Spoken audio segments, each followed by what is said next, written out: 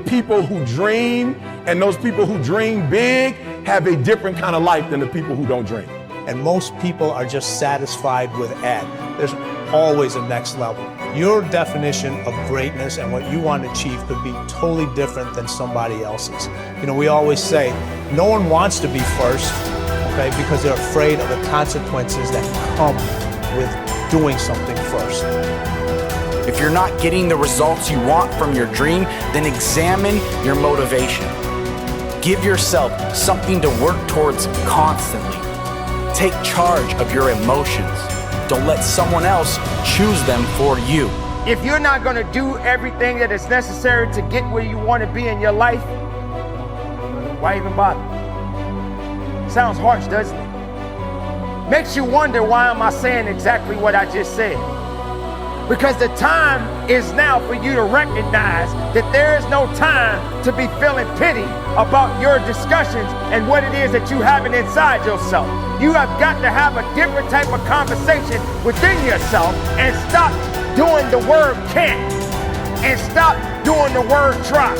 Dreams will remind you that even if the situation isn't temporary, dreams still give you a purpose to live a bigger life despite what you're dealing with. Because they will help you move through the chapter of the life that you're in more powerfully, more grounded, and more fulfilled. Now, believing in yourself is simply an attitude. Believing in yourself is a choice. You have to choose to believe that you can do anything you set your mind to. Anything at all. Because, in fact, you can. Those who succeed don't believe in limits. They study until they understand. They don't give up when they experience doubt. They don't give up when it's hard. They do not give up, full stop. They keep working hard, even if they've been rejected. They keep at it. They keep searching for new opportunities. That's exactly how you have to be. Life is hard, and you'll never get far if you limit yourself in anything you do. Stop wasting your time making excuses and blaming other people. You need to set goals and pursue them, but you gotta set goals and create pressure and get some support until you get there. And the worst thing you can do is let yourself off the hook. And that's what excuses do. You let yourself off the hook. When you set a goal, when you have a dream, when you have a vision, don't you ever let yourself off the hook. And start now. Start believing, start dreaming, and create the life and the person that you really want to see. Most people go through life never discovering what their talents are. Most people never develop their talents. They have skills and abilities, but if you don't nurture them, if you don't develop them, they will never serve you. Your gifts can take you many places if you develop your gifts. Most of us don't like to do those things that come easy to us. I've always loved to talk to people. I decided, taking this advice, to develop my skills as a speaker. And my gift has developed and it's taken me many places. You have something that you brought to the universe, and that if you decide that my life deserves my developing this, what I do well, and becoming the best at it, and mastering myself, and seeing what I have within me, if you decide to drop your buckets where you are and develop your gifts, I grant you, you'll never ever be without.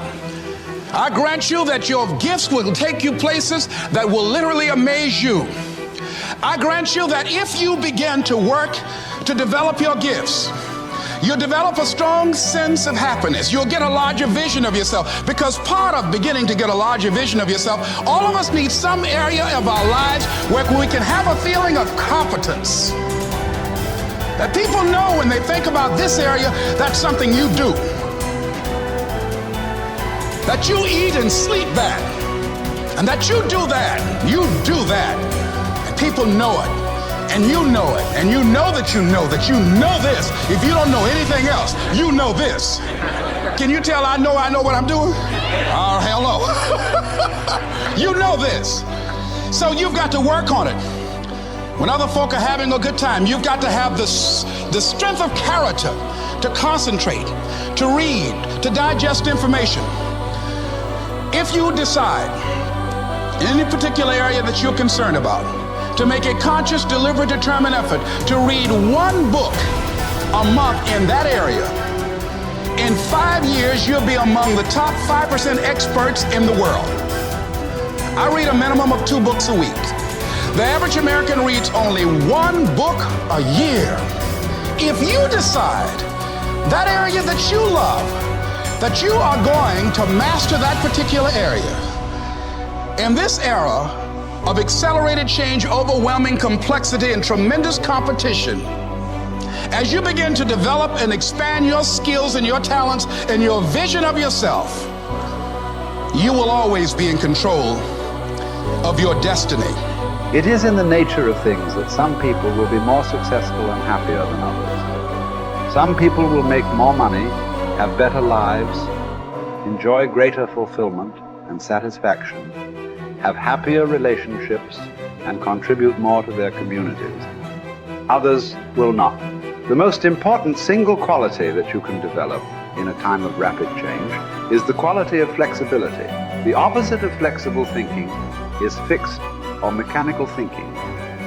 The opposite of approaching life with an open mind is to react automatically and predictably in every situation. The opposite of flexibility is an unwillingness to change in the face of new information or circumstances. The quality of flexibility is therefore essential if you want to do and have more than the average person. Today, perhaps the most important factor affecting your life is the speed of change. We are living in an age where change is taking place at a faster rate than ever before in human history. And if anything, the rate of change is increasing, year by year. Change today is not only faster, but it is also discontinuous, not following a straight line, but starting, stopping, and going off in unpredictable direction. Change is coming at us from all sides in so many different ways that it is often impossible to anticipate what might happen next. By its very nature, change is unpredictable, often forcing us to scrap our very best plans and ideas overnight as the result of a completely new and unexpected development coming from a new and unexpected direction. As a result, we have to remain flexible in our thinking and in our possible courses of action. You must learn to say to remain flexible is, I made a mistake. It is amazing how much time, energy, and money is wasted because someone's ego is so large that they will not admit they have made a mistake, even one that is obvious to everyone around them. Once you say, I was wrong or I made a mistake, the issue is largely over.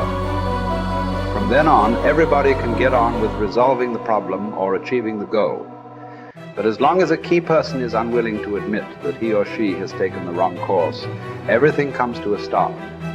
We have seen this repeatedly in national politics, where the failure of a single person to admit a mistake or blunder has led to tremendous waste of time and energy for everyone involved, and often for the entire nation. Here is the most important rule of flexibility. Be clear about your goal, but be flexible about the process of achieving it.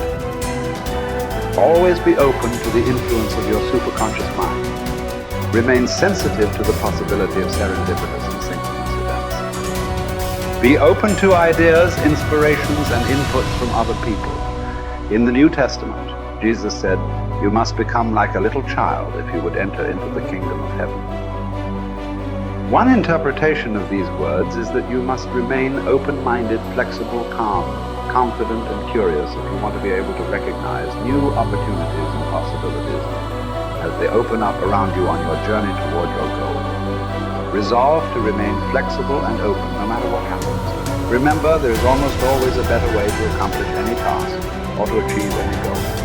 Your aim should be to be alert and aware to what it might be, to find it and then to take action in that new direction as quickly as possible. This will ensure that you inevitably reach your goal, sometimes in the most unexpected and surprising ways. You see, you can have anything you want in life if you want it badly enough and are willing to pay the price. Now, the rules regarding the price of success are simple. There's just 2 of them. Number 1 is you always have to pay full price for success. And number 2 is you always have to pay in advance. Now here are some key points on goals, and please remember these. The first key point is that your ability to set goals and to make plans for their accomplishment is the master skill of success. The development of this skill requires continual practice and serious personal work, something that only the top 5% will discipline themselves to do. You see, setting goals is hard. Setting goals requires delaying gratification. Setting goals means taking some time aside and sitting down and really thinking through what it is you want in each area of your life. And because this is difficult, most people won't do it. Number 2, your goals must be congruent with your basic values. Your self-esteem comes from engaging in activities and working toward goals that are consistent with what you believe to be good and right and important. Take some time to think through what you believe in, and then structure your goals in harmony with your innermost convictions. What are your basic values in life? What would you live for? What would you fight for? What would you sacrifice for? What would you die for? What are the most important things to you in life? And are your goals, are your daily activities congruent with those values? Now, one of the things we know about high-achieving men and women is that they're very clear about what it is they believe in. And one of the things that we know about underachievers and failures is that they're very vague about what it is they believe in. Because when you know what your values are, then it's quite easy for you to make the critical decisions in your life. But if you don't know what your values are, or if you've never taken the time to think them through, then you will toss with the wind and you'll go whichever way the wind blows on almost any area of decision. Fourth point in goal setting, you must have a major, definite purpose, one goal that is more important than any other. You can have many different goals, but you must have one goal which is number one. And many people ask me this question. They say, fine, well, can I have two major definite purposes? And the answer to that is no. There's a line in the Bible that says, a double-minded man is unstable in all his ways. And what it means is if you try to do two things at once, or you have two goals with equal priority, you will end up doing neither, and doing neither of them very well. The way you choose your major definite purpose is once you've listed all your goals, you ask yourself, which is the one goal, the accomplishment of which would move me more rapidly toward the accomplishment of all my other goals than anyone on this list?